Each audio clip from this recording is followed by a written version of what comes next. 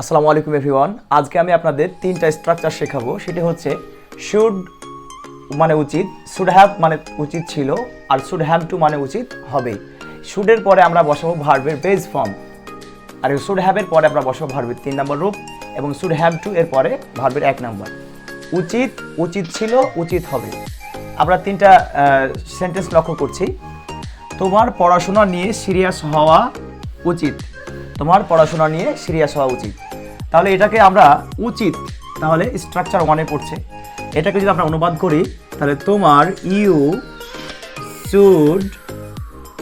তোমার উচিত সিরিয়াস হওয়া, হওয়া হচ্ছে এখানে ভার্ব, হওয়া মানে be.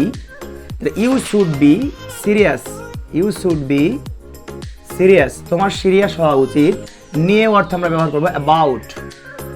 You should be serious about your studies, your studies. You should be serious about your studies. তোমার সেখানে নম্রভাবে কথা বলা উচিত ছিল। এখানে আছে উচিত ছিল। যদি কোনো বাংলা বাক্যের শেষে আমরা দেখি উচিত ছিল থাকে, তাহলে স্ট্রাকচার নাম্বার 2 ফলো করতে হবে আমাদের, should have প্লাস V3। তাহলে আমরা এখানেও লিখি you should have। এখন V3, এখন ভার্ব কি? কথা বলা। আমরা সবাই জানি কথা বলা ইংরেজি যে স্পিক, স্পিকের V3 লাগবে। Speak, spoke, spoken. তাহলে এখানে হবে স্পোকেন, স্পোকেন।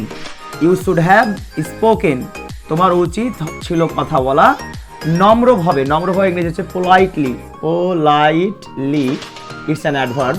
পোলাইটলি, সেখানে ইংরেজি হচ্ছে there. You should have spoken politely there, তোমার উচিত ছিল সেখানে নম্রভাবে কথা বলা।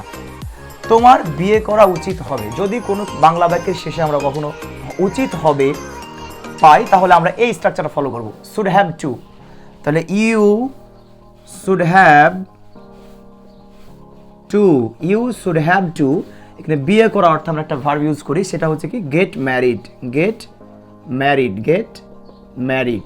তাহলে আমরা একটা বিষয় সহজে লক্ষ্য করলাম, সেটা হচ্ছে কোনো কিছু করা উচিত, আমার খাওয়া উচিত, আই শুড ইট, আমার খাওয়া উচিত ছিল, আই শুড হ্যাভ।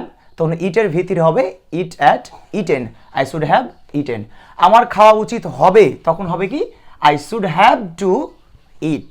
তাহলে আমরা চাইলে উচিত অর্থে শুড, উচিত ছিল অর্থে শুড হ্যাভ, আর উচিত হবে অর্থে আমরা ব্যবহার করতে পারি শুড হ্যাভ টু।